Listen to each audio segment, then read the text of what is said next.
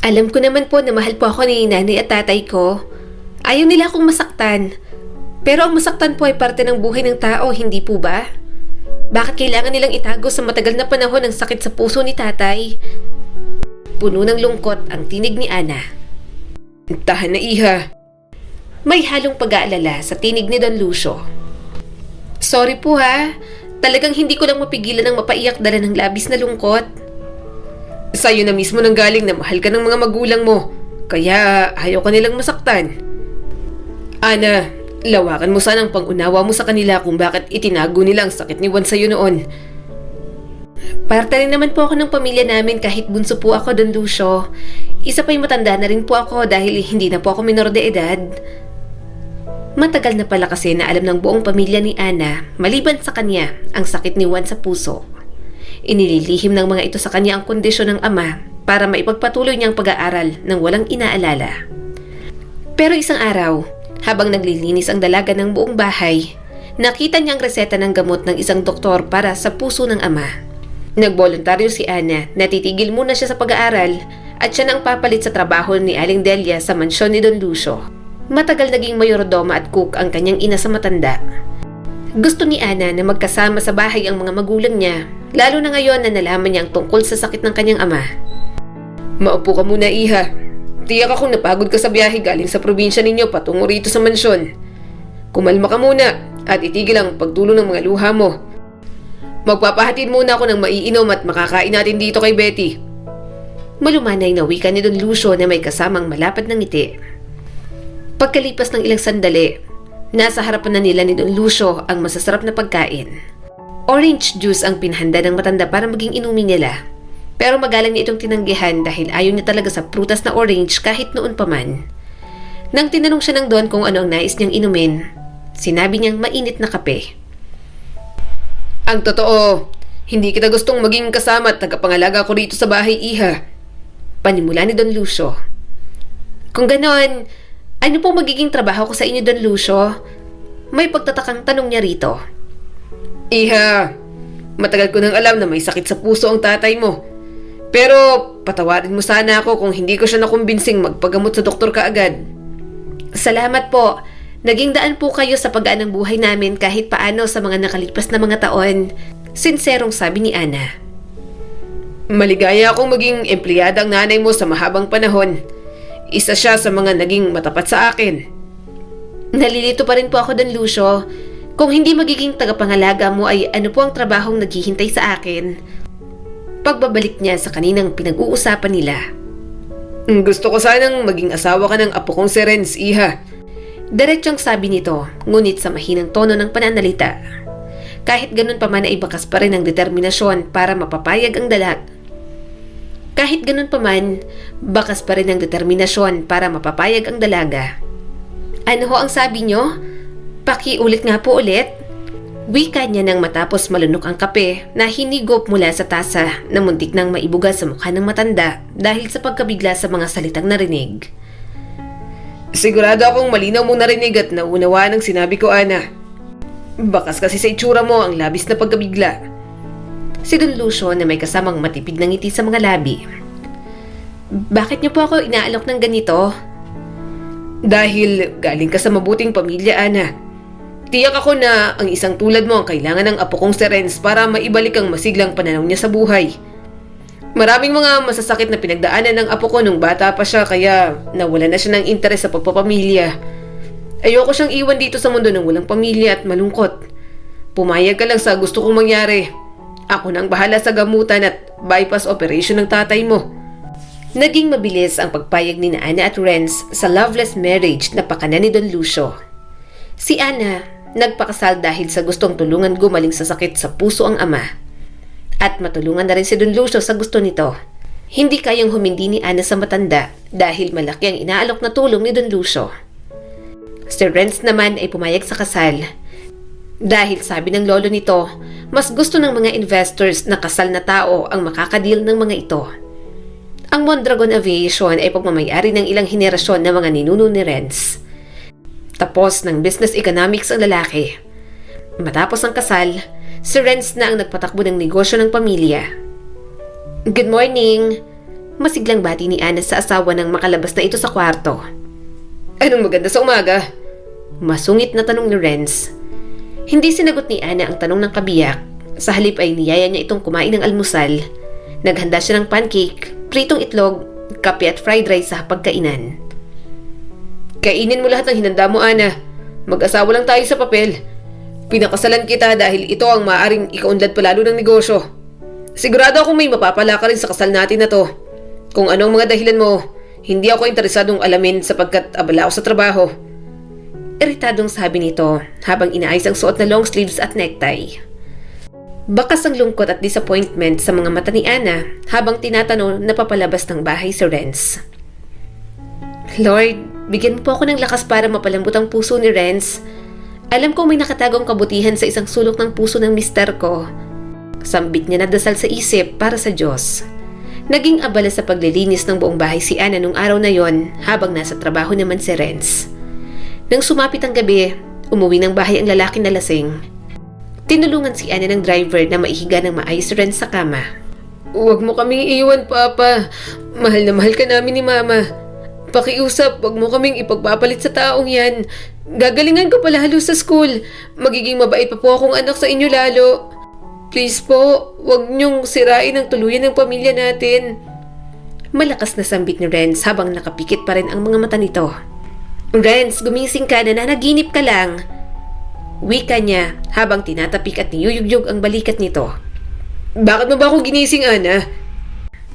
Nagkaroon ka kasi ng masamang panaginip.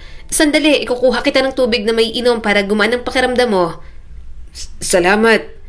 Simpleng sabi ni Renz nang maubos nito ang isang basong tubig na ibinigay ni Ana. Walang anuman, Renz. Paiyak niyang tugon rito.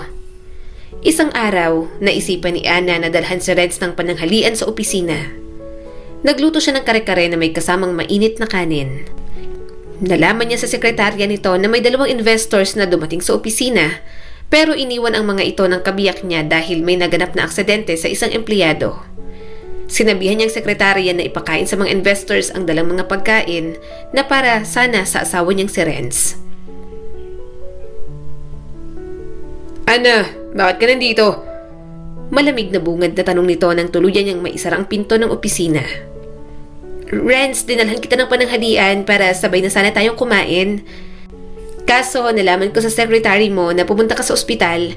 Kaya sinabihan ko na lang ang sekretarya mo na ipamigay na lang ang mga niluto ko sa 2 investors na naghihintay sa'yo para wag silang magutom. Huwag kang mag-alala, ipagluluto na lang kita sa bahay. Sa ngayon, pwede bang kumain muna tayo sa kahit saan mo gusto? Gutom na kasi ako. Sambit ni Ana sa asawa habang nakahawak sa tiyan. Okay, kain muna tayo sa isang restaurant na malapit dito sa opisina, Ana. Pagkaraan ng ilang sandali, nakaupo na sila sa mesang piniling upuan sa loob ng restaurant. Habang hinihintay ang pagdating ng mga orders ay nakatanggap ng isang text message si Renz mula sa isang investor na cancel na lang muna ang kanilang meeting. Ayaw kasi ng mga ito na makaistorbo sa lunch date nilang mag-asawa. Isang congratulations pa ang natanggap ni Renz mula sa investor dahil masarap daw ang luto ni Ana ayon dito. Ang sarap ng spaghetti nila dito. Nasasarapan na wika ni Ana nang lubos ng malunok ang pasta. Lihim namang napangiti si Renz sa sinabi nito. Tila may bumulong sa isip at puso ni Renz nung mga oras na yon na karapat-dapat nitong ipagkatiwala ang buong puso at pagmamahal sa asawa. Bakit hindi ka kumakain dyan? Bakit nakatitig ka lang sa akin? Tanong ni Ana. Bakit mo naman natanong ang mga yan sa akin? Nakita kasi kita na tumititig sa akin kanina. At tingnan mo nga wala ka pang nakakain sa order mo hanggang ngayon. Wika ni Ana habang tinuturo ang isang plato ng pasta na nasa harapan ng mister. Kumain ka na lang dyan, kung ano-ano kasing nakikita mo. Suplado namang sabi ni Renz. Magkwento ka naman. Magkwento? Ano naman dapat ang ikwento ko sa'yo, Ana? Kahit ano, basta tungkol sa sarili mo. Mag-asawa lang tayo sa papel. Hindi mo kailangan pang malaman ang mga bagay na yan. Sa'yo na mismo nang galing na mag-asawa tayo. Renz, aminin mo na nagpakasal ako sa'yo dahil gusto kong makatulong sa pamilya ko. Lalo na ngayon na may sakit sa puso si Tatay Juan at kailangan niya ng operasyon. So, totoo palang hinala ko na si Lolo Lucio ang bahala sa gamutan at bypass operation ng tatay mo? Talagang mga manloloko at mukhang pera kayong mga babae, no? Hindi naman lahat ng babae manloloko at mukhang pera, Renz. Hindi ako manloloko. Pwede mo pa akong sabihan ng mukhang pera. Naging mukhang pera lang naman ako dahil sa sobra kong mahal ng pamilya ko. Ayokong may mangyari sa kanila na hindi maganda kaya ko to pinasok. Alam kong mabuti kang tao, Renz. Tinatago mo sa masungit na ugali mo. Alam ko rin na malaki ang traumang dinulot sa'yo ng mama mo nung iniwan ka niya nung bata ka pa. Puno ng sinseridad na sabi ni Ana. Paano mo nalaman na iniwan ako ng mama ko nung kabataan ko? Nagtatakang tanong naman ni Renz. Inabutan kita ng isang basong tubig nung nananaginip ka, hindi ba? Habang nakapikit ang mga mata mo, sinasabi mo na huwag kayong iwan ng mama mo. Nagagalingan mo pa sa school. Huwag lang mawasak ang pamilya mo. Kung hindi mo ako kayang itrato bilang asawa mo, kahit tratuhin mo na lang ako bilang isang kaibigan, Renz. Pagkatapos marinig ang mga katagang yun mula kay Ana, malalim na napaisip ang lalaki. Tapusin mo ng kinakain mo at gusto ko nang umuwi. Maotoridad na sabi ni Renz sa kanya. Naubos ni Ana ang pagkain pagkalipas ng ilang sandali. Ipinabalot ni Renz ang pagkain dito sa waiter dahil hindi naman yun nagalaw. Ang init ng kamay, ulo at braso mo, Renz. Sigurado akong may sakit ka. Tara, punta muna tayo sa ospital. Wika niya na may halong pag-aalala nang madamang init sa balat nito. Ayoko sa ospital. Okay lang ako.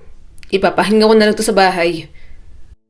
Ibinili ni Ana sa isang tauhan ng restaurant ang kotse ng asawa. Sinabi niya rito na ang driver na nilang kukuha sa parking lot ng restaurant ng sasakyan dahil hindi na kayang magmaneho ng asawa niya. Sumakay ng taxi ang mag-asawang Ana at Renz patungo sa bahay nila. Humiga ka lang dyan sa kama at kukuha lang ako ng bimpo. Palanggana na may lamang manigamgam na tubig at gamot. Malumanay na sabi ni Ana habang inaalalayan si Renz. Pagkaraan ng ilang minuto, bumalik na si Ana sa silid na may bitbit na mga gamit para kay Renz. Pinunasan niyang buong katawan ng lalaki at pinainom ng gamot. Good morning, Ana. Kumusta ang tulog mo? Salamat sa pag-aalaga mo sa akin kagabi. Masiglang sabi ni Renz nang matanong niyang asawang nasa kusina. Ayos lang naman ang tulog ko, Renz. Bakit hindi mo ako ginising ng maaga nang sa ganon ay naipaghanda kita ng pagkain? Hindi kita ginising dahil alam kong pagod ka sa pag-alaga sa akin. Isa pa ay gusto kong bumawi sa lahat ng mabuting nagawa mo sa akin, Ana. Sus, wala yun. Tungkulin ko naman ang mga yun bilang asawa mo. Kahit na. Kaya maupo ka na dyan sa harap ng mesa at tikman ang hinanda kong mainit na kape at sandwich para sa'yo. May ngiti sa labi na sabi ni Renz. Pasensya ka na at yan lang ang alam kong ihanda na pagkain, ha? Pagpapatuloy pa niya. Ayos lang, Renz. At least nag-effort ka. Puno ng sigla na sabi ni Ana. Ana, kumusta ang lasa ng hinanda ko para sa'yo? Tanong ni Renz nang makitang naubos ni Ana ang naturang inumin at pagkain. Masarap ang clubhouse sandwich. Ang kape naman hindi matabang at hindi rin masyadong mapait. Kumbaga, tama lang ang timpla. Yung ganito ang gusto ko. Paglipas ng ilang minuto, pareho na nilang naubos ang mga kinakain. Ana, pasensya ka na sa pandalait at pang-iinsulto na nagawa ko sa'yo. Panimula ni Renz. Pasensya ka na rin kung naging daan ang pagpayag ko sa kasal para makulong ka sa sitwasyon na hindi mo naman gusto. Nakangiting sabi ni Ana. Nagpatuloy naman sa pagsasalita si Renz. Simula kasi nung umalis si Mama sa piling namin ni Papa, hindi na talaga magandang naging pananaw ko sa mga babae. Iniwan kami ni Mama para sumama sa iba. Ang katwiran niya noon, masyadong busy sa negosyo si Papa at hindi siya binibigyan ng oras at atensyon. Bata pa lang ako nung huli kong makita si Mama. Puno ng hinanakit at lungkot ang mga mata ni Renz habang nagsisimulang ikwento kay Ana kung ano ang mga nangyari sa nakaraan. Kung nakikita mo ba ngayon ng mama mo, mapapatawad mo ba siya? Tanong ni Ana. Honestly, hindi ko alam ang sagot dyan sa tanong mo. Hanggang sa huling sandali ng buhay ni Papa, ginusto niyang makita at makausap si Mama pero hindi nangyari. Nagmakaawa ako kay Mama noon para lang matupad ang hiling ni Papa ngunit hindi niya ako pinagbigyan. Isang mahigpit na yakap na lang ang ginawad ni Ana sa asawa matapos marinig ang mga salitang iyon. Ana, nandito na ako. Masayang wika ni Renz nang tuluyan ang makapasok sa loob ng bahay nila. Matapos mabuksan sa misis ang trauma na naranasan mula sa ina ilang buwan ang nakakaraan, naging maayos at matiwasay na ang pagsasama ni Renz at Ana bilang mag-asawa. dahil natutunan nilang mahalin ang isa't isa. Nandito ako sa kusina, love. Hinihintay kong maluto ang lasagna. Pagkarinig nun, nagtungo agad si Ren sa kusina para masilayan ang misis at maibigay rito ang mga bulaklak na binili. Hindi ka na dapat bumili ng bulaklak. Alam mo naman na umuwi ka lang ng ligtas sa akin ay masaya na ako. Sambit nito habang yakap ng asawa. Ang sweet talaga ng misis ko. Ang swerte ko talaga sa'yo, love. Renz, swerte rin naman ako sa'yo. Mabait at mapagmahal ka. Love, sa mesa na kita hintayin. Okay, Renz, ilang minuto na lang naman luto ng lasagna. Sarap talaga ng luto mo. Wala kang katulad, Ana. Puri niya rito habang kinakain ng lasagna. Love, alam kong nasagot mo na to dati pa. Pero gusto kong marinig ulit ang sagot mo ngayon sa tanong na to. Yes, love. Ano bang gusto mong itanong sa akin? Curious niyang tanong sa asawa niya. Handa ka na bang patawarin ng mama mo kung sakaling magkita kayo ulit matapos ang maraming taon?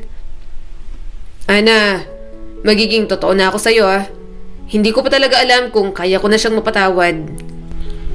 Siguro, saka ko lang siya kayang patawarin kung masasagot ng lahat ng katanungan sa loob ng puso ko. Love, salamat. Kasi naging totoo ka sa akin. Hahanapin ko siya para mag-usap kayong mag-ina once and for all. Para magkaroon ka na rin ng kapayapaan sa isip at puso mo. Ayoko na mahirapan ka pa sa matagal na panahon. Mahal na mahal kita. I love you too. Ikaw ang nagpainit muli ng malamig at matamlay kong puso, Ana. Masuyong sabi ni Renz. Pagkatapos noon ay ginawaran niya ang mga labi ng misis ng isang marubdob at malalim na halik. Mama, wag mo na ulit akong iwan. Please? Lumuluhang sambit ni Renz habang yakap ang inang si Isabel na nakaratay sa hospital bed. Dahil sa pera at koneksyon ng mga Mondragon, mabilis na nahanap si Isabel. May malubha itong karamdaman at kinakailangan ng agarang gamutan. Anak, patawarin mo sana ako sa lahat ng mga nagawa kong kasalanan sa inyo ng papa mo. Mahal na mahal kita. Pinapatawad na kita, Mama. Mahal kita. Mga huling salitang mabigas niya bago mamaalam ng tuluyan ang kanyang ina. Pagkatapos ng ilang sandali, lumabas siya sa silid ng ospital. Isang nurse ang sumalubong sa kanilang mag-asawa. Nagpaabot ito ng pakikiramay. May inabot din na liham sa kanya. At ayon dito, sulat yon ng nanay niyang si Isabel para sa kanya. Maupo muna tayo sa isang sulok, love. Mag-relax ka muna. Pakalmahin mo muna ang sarili mo. Sabi ni Ana habang magkayakap sila. Love, alam mo, hindi na mahalaga sa akin ngayon kung ano man ang nilalaman ng sulat na to ni Mama. Ang mahalaga, pinatawad ko siya sa huling sandali ng buhay niya. At nasabi namin sa bawat isang mga salitang, mahal ko siya. Mahal niya rin naman ako. Renz, huwag mo munang iwala o itapon ang sulat ng mama mo. Baka kasi nabibigla ka lang sa desisyon mo ngayon dahil mas mataas ang iyong emosyon. Tinig ni Ana sa malumanay na pananalita. Salamat sa paalala, love. You're always welcome, love. Hindi talaga nagkamali si Lolo Lucio na ikaw ang piliin para maging asawa ko, Ana. Napakabuti at napakalaki ng puso mo. Sa mga oras na ganito, dapat magkasama tayo sa pagharap ng pagsubok dahil mag-asawa tayo. Ang mag-asawa ay hindi dapat bumibitiw sa bawat isa tuwing may problema. Bagkos, lalo dapat nagtutulungan para malampasan ang pagsubok. I love you, Renz. Nandito lang ako sa tabi mo palagi. Tandaan mo na magkakampi tayo sa lahat ng pagsubok ng buhay. Pagbibigay ng assurance ni Ana sa asawa nito. Naging lubos ang kaligayahan sa mga puso ng mag-asawang Renz at Ana. Nang sa wakas, natapos na rin ang bypass operation ni Juan sa puso at nagtagumpay ang naturang operasyon. Nagpasya sina Renz at Ana na bigyan ng munting sari-sari store sina Juan at Delia upang sa gayon ay patuloy pa rin may pagkakakitaan ng mag-asawa. Makalipas ang 2 taon mula ng matagumpay na operasyon ni Juan sa puso ay pumanaw naman si Don Lucio. Namatay ang matandang Don na may payapang isip at masayang puso dahil sa wakas, nakita nito ang apong si Renz na tunay na maligaya sa piling ni Ana. Ligayang hindi kailanman kayang bilhin ng magkanong halaga ng pera. Dahil sa pagtutulungan ng galing at talino ng mag-asawang Renz at Ana ay tuluyan pang lumago ang Mondragon Aviation. Hindi nagtagal, biniyayaan silang magkabiyak ng isang anak na babae na pinangalanan nilang Andrea. Lord, salamat at binigyan mo ko ng Ana at Andrea sa buhay ko. Sila po ang mga kayamanan ko sa buhay na walang katumbas na halaga. Sana po'y palagi niyo po kaming gabayan patungo sa mabuting landas, Panginoon. Naway mapalaki namin ni Ana ng maayos si Andrea at may takot sa inyo at respeto sa kapwa-tao. Mataimtim na dasal ni Renz. Ang kwentong ito ay sumasalamin sa kahalagahan ng oras, atensyon, pangunawa at pagmamahal sa anumang uri ng relasyon. Binigyan ng pagkakataon at panahon sa Renz upang maramdaman ang mga nabanggit sa apat na mga tao na importante sa buhay niya. At ang mga yon ay sina Lucio, Isabel, Ana at Andrea. Hindi ka pagkakalooban ng Diyos ng pagsubok na hindi mo kayang malampasan. Totoo palang kasabihan na kung saan ka nadapa, doon ka din babangon. Trauma ang nagpalunok bilang tao kay Renz nung iniwan siya ni Isabel. At trauma din ang nagpalambot sa puso niya nung muli na silang magkita ng ina sa ospital. Tunay ngang hindi pababayaan ng Diyos ang taong marunong magpatawad. Talagang pinagpapala ng lubos ang mga nilalang na may mabuting ugali at gintong puso. At isa na sa mga yon ang pamilya ni Renz at si Ana. Muli, ito po si Skylar Guro at sana may bago na naman kayong natutunan sa kwento natin ngayon. Maraming salamat po.